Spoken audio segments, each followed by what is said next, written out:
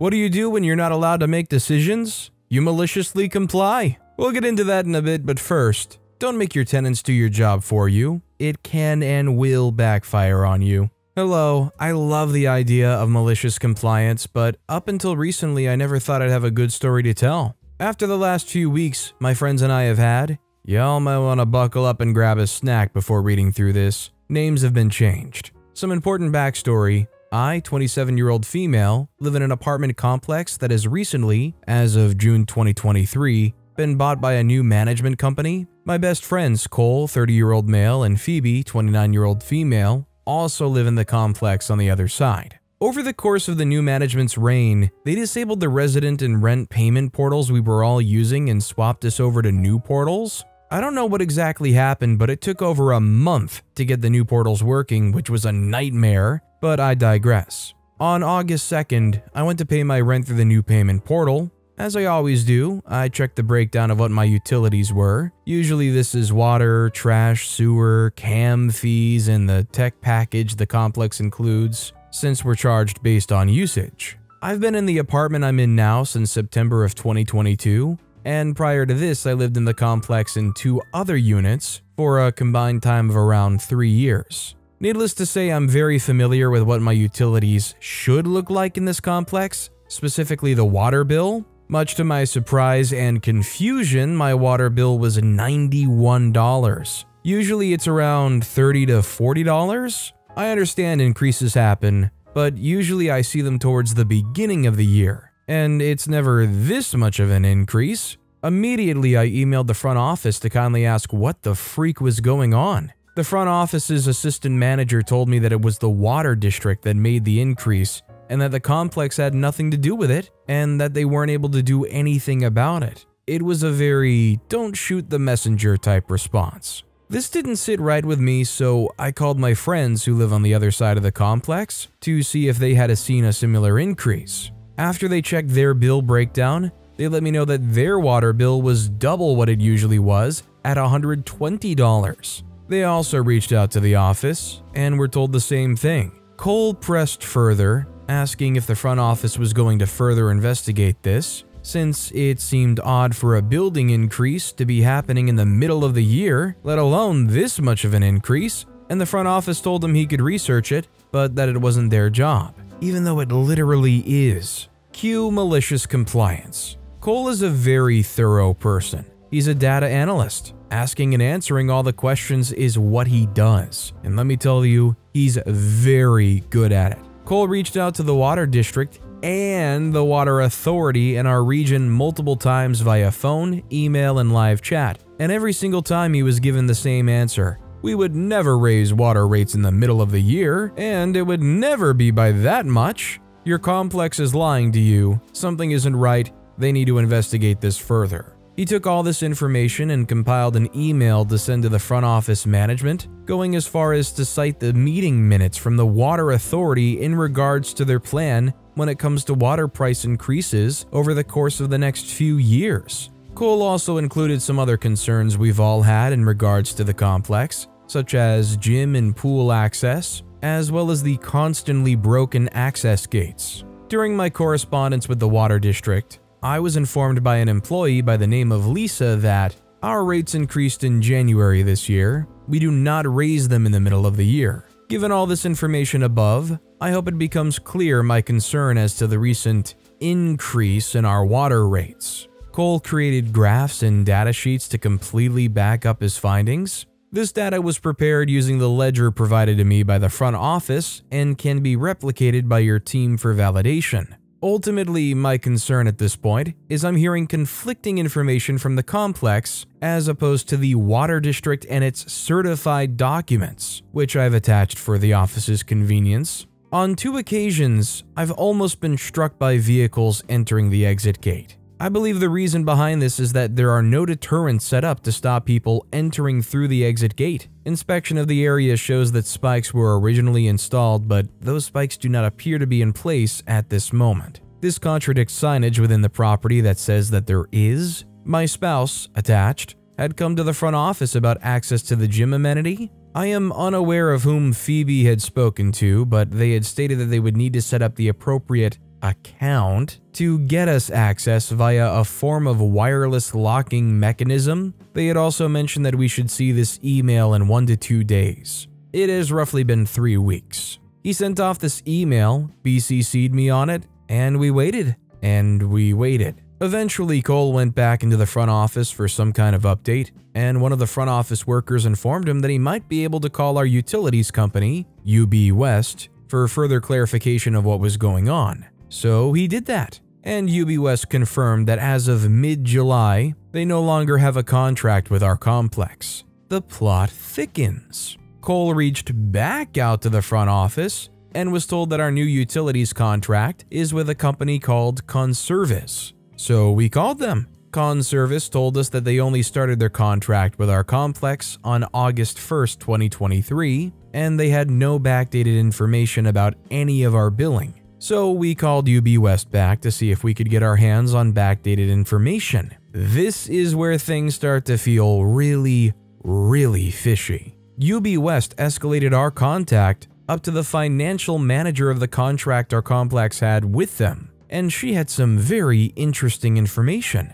She told Cole and I that she had noticed the increase in the water bill, and that she told the leasing office manager, she name-dropped the office manager, that something was wrong and that legally she needed to start an investigation, and she never heard back. Not long after this, their contract was termed. At this point, we're both feeling like real-life detectives. We looked into how the water bill is calculated and issued out to residents for the entire complex, and the more we looked into things, the less things made sense with what the front office was telling us. The conflicting information was jarring. At this point, the front office seemed to be getting very annoyed with our persistence, and they told us that if we should take up our concerns with corporate. So we did. Cole reached out to corporate and forwarded all of the information he had to them, along with the answers he'd gotten from the last time he'd gone into the front office to try to get some answers. Sorry, I'm new and trying to figure this out. When asked about the water bill, we don't have access to this anymore.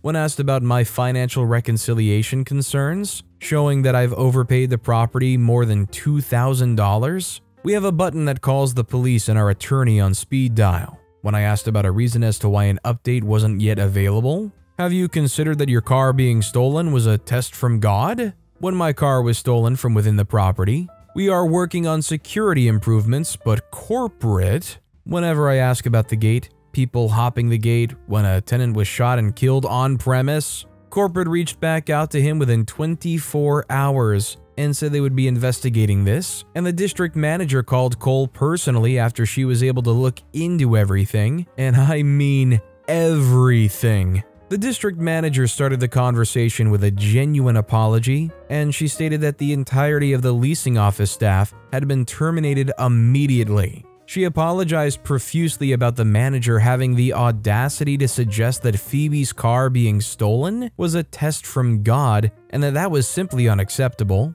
She also reassured Cole that an appointment was made to fix the gates and have the exit spikes reinstalled within the week, and that everything else would be personally investigated by her, including the water bills for all tenants in the complex. She also stated that she had no idea that someone had been shot or that Phoebe's car had been stolen, both of which should have been reported to corporate immediately and were not by the leasing office manager. Starting in a few weeks, we should be getting a whole new front office staff sent in directly from corporate. I just hope that everybody else that is positively affected by this change because of the work Cole did is incredibly appreciative. I'm just imagining there's like one neighbor that's like upset about this just because everything's shuffling around. Everything was working fine as it was, why do you gotta go stir up trouble? Our next story is, I'm not allowed to make decisions? Okay. I'm a civil engineer and I work in a geotechnical field. Basically, when someone wants to build a railroad, building, bridge, etc., they hire us to do an investigation of the soil and bedrock beneath the site and give them recommendations on foundation and/or subgrade design. At the time, I was working for a very small engineering company, and we always subcontracted out the drilling part of the investigation. This requires a drill rig and the people to operate it, though I was there to take soil samples and write a log. My boss was notorious for being a pain in the butt to these drilling subcontractors, always making them do extra stuff for no reason. These contractors typically work on a day rate, that is, they charge X dollars per day, regardless if they work a full 8 hours or not. In boss's mind, if they weren't working for a full 8 hours, he wasn't getting his money's worth. On one of my first drilling jobs, I incurred boss's wrath for daring to let the drilling crew leave after 7.5 hours on a hot day. My boss was furious and informed me I was not to make any decisions myself in the field. I was annoyed but respected his orders. His micromanaging and stupid orders became a routine annoyance. Fast forward almost a year later, and we're doing a drilling job in an athletic field that is proposed to be used as the site for a new school. I arrive and meet the drillers the first day, and as planned, we drill a 60-foot deep hole and take samples. It's important to note two things. The field was at the top of a 50-foot plus high hill, and the location of the hole, drilled vertically into the ground, was between the bases of a baseball field. Because of the first factor, the groundwater level ended up being almost 60 feet down. We check groundwater level as this can impact foundation designs. Sometimes we install monitoring as well. Really just PVC pipe with a cap and a cemented road box at the ground surface, so we can come back later and record the water level. Our work scope included installing one of these wells. It's also important to note that in addition to their day rate, the drilling contractors charge us for materials, and a well is charged per foot. The price is about $25 per foot. I call my boss after we finish this hole and tell him the groundwater is 60 feet down and suggest a well would be prohibitively expensive. He insists we install a 30-foot deep well that we all know will be dry, which translates to about $1,000 between the well and its road box cover. I also suggest we pick a different location, but he insists we place it right here. Remember,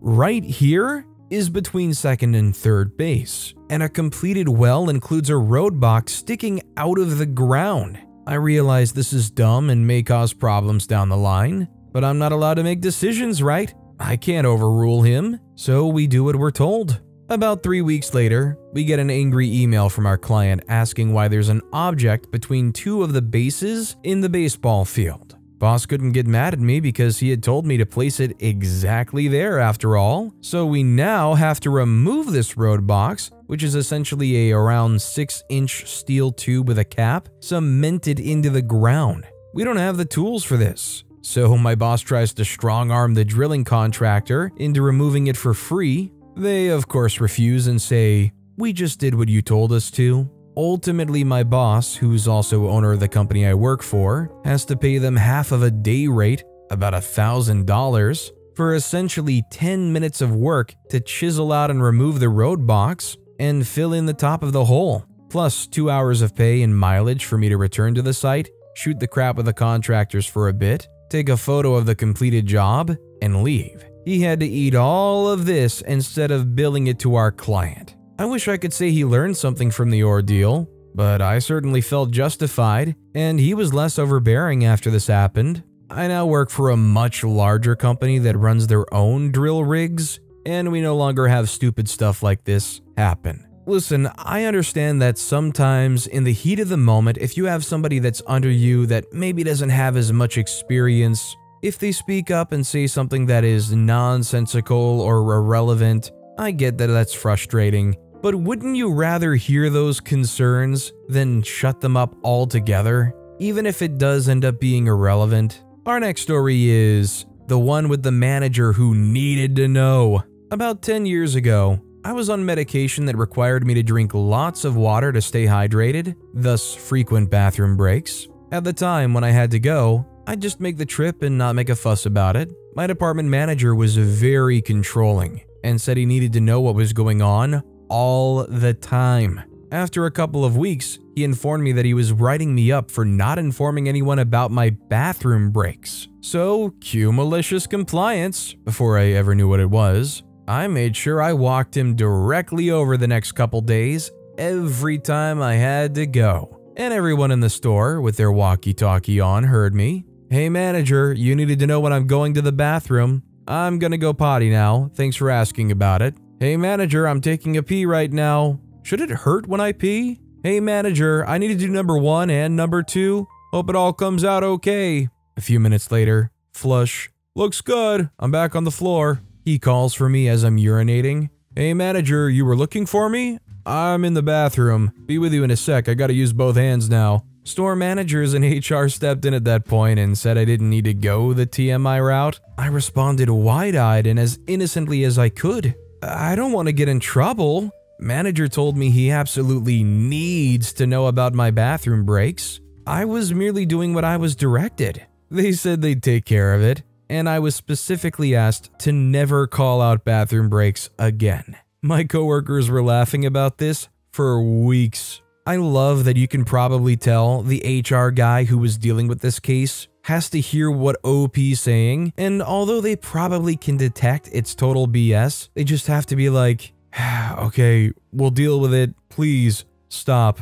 But with that being said, that's all the time we have for today. Now, if you want to hear another awesome malicious compliance story, check out that video on the left. Or if you missed my latest video, check out that video on the right. That said, I'll see you all next time with some more stories.